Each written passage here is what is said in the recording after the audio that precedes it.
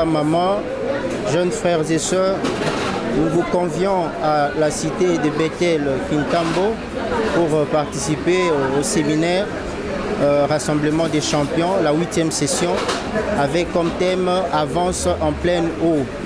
Ce séminaire va débuter le 16 et va prendre fin le 22 août 2021 de 16h à 19h. Nous vous convions tous à prendre part à ce séminaire afin de bénéficier de la bonté de l'Éternel. Bethel Kintambo 1, tuko na maombi moya tunaorganiser un rassemblement des champions. Itaanza du 16 8 au 22 8. Moi venu ici de l'Ofoi numéro 24. Bamama tunenuita mukuye muvivre mijiza ya Mungu. Mukuye muvivre mkono ya Mungu. Mutaona maisha yenu kubadilika kabisa ndani ya nyumba yenu, ndani ya mavio, ndani ya makazi. Bamama mukuye mshikale, batoto mukuye, bababa mukuye. Tunanuita kabisa mkuwe muone muvivre mkono wa Mungu iko nafanyika ndani ya Eglise Kintambo. Muone vile Mungu ako nafanya miujiza ndani ya Bethel Kintambo. Mkuye kabisa, mimi nuita bamama mukuye tuone, muone maisha yenu kubadilika, muone manyumba yenu kubadilika, makazi yenu kubadilika. Mukuye muvivre mkono wa Mungu. Ninupikia asante sana. Bonjour, bonsoir à tous les chrétiens de la République du Congo, particulièrement Kinshasa. Moi, c'est Frère Guen. Je vous invite au Cité Bethel Kintambo 1, référence derrière l'hôpital maternité Kintambo. Nous avons un grand moment de séminaire qui va commencer à bientôt le 16 jusqu'à le 22. Notre grand thème, c'est Avance pleinement dans l'eau. On a tiré quelques versets dans la Bible. Notre référence, c'est Luc, chapitre 5, verset 4. C'est pourquoi nous vous invitons vivement de venir participer parce que nous traversons le moment très difficile. Voilà que nous avons un enseignement qui sera bientôt commencé le lundi 16 jusqu'à le 22. C'est la 8e session de notre rassemblement des champions. Merci. Mamu, bana banzambi, itunu bikila mwabeu, mushi delfoy, waku madnani tudini malum manene bwalu banzambi, lwa inumona. Chidinzami makuno enzela bajini makenga bajibajila nzami munu bikila lwa ikumpala kwenda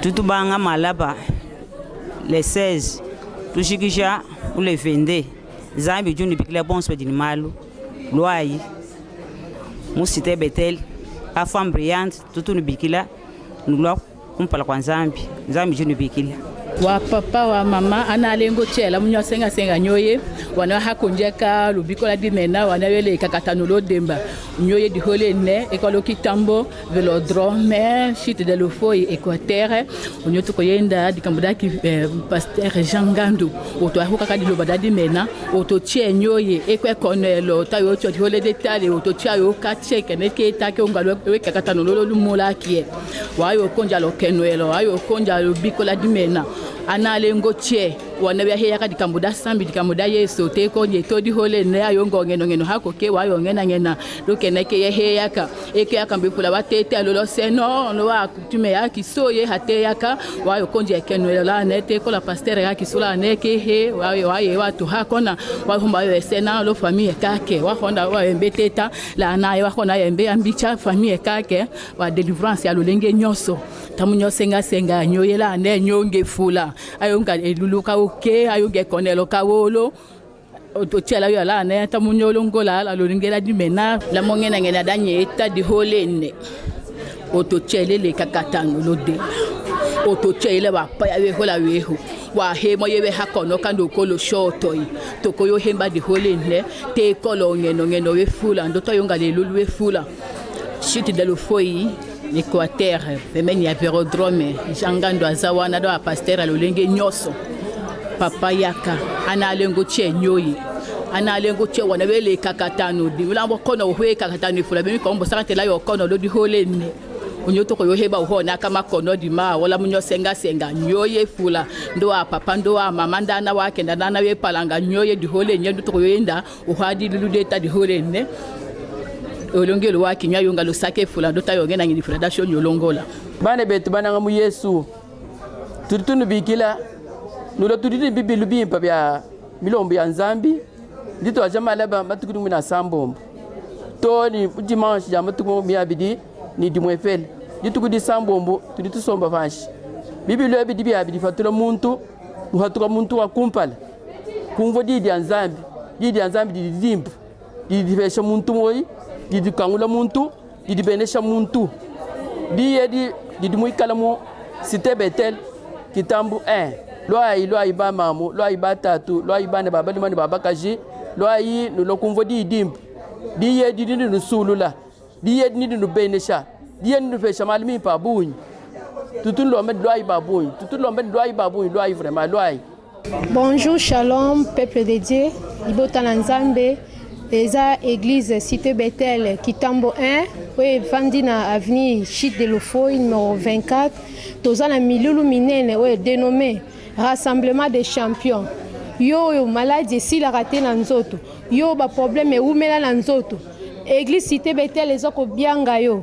Yo mama, yo papa, yo elenge oyo aza na mikakatano na nzoto oyo aza na baproblème oyo ezwaka lobiko te yaka kati na Yesu na Rassemblement des champions nga nazalaka témoignage vivante ya Rassemblement des champions na bengi bino boya ebele Nzambe akozala au rendez-vous akosala ya minene akobikisa akokangola akopambola tobiangi bino na kombo na Yesu amen.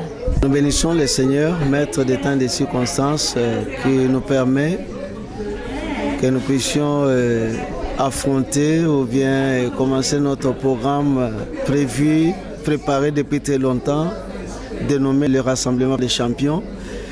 Ce grand service qui a toujours béni les enfants de Dieu, que nous commençons demain, le lundi 16, chaque jour de 16h à 19h30, et que nous allons clôturer les dimanches, les soirs, à partir de 15h. Nous savons qu'avec ce thème inspiré par le Seigneur, avance en plein nous. Nous connaissons la situation de Pierre, comment est-ce qu'il a rencontré des difficultés inouïes, mais nous croyons que par la grâce du Seigneur, avec tous les orateurs qui sont programmés, le Seigneur va bénir son peuple. Moi, c'est le pasteur Jean Andou qui est hôte de cette manifestation. Nous serons ensemble avec le pasteur Timothée, pasteur Marcel, pasteur Eric, puis pasteur Eugène. Je vois que le peuple de Dieu sera béni. Nous vous invitons, vous tous qui habitez Kitambo, les environs, venez, soyez nombreux. Demain déjà à partir de 16h, nous commençons et le Seigneur va faire de grandes choses. Vous serez guéris, délivrés, libérés, puis la main de Dieu va se manifester. Merci beaucoup, soyez bénis. Cordiale invitation à tous.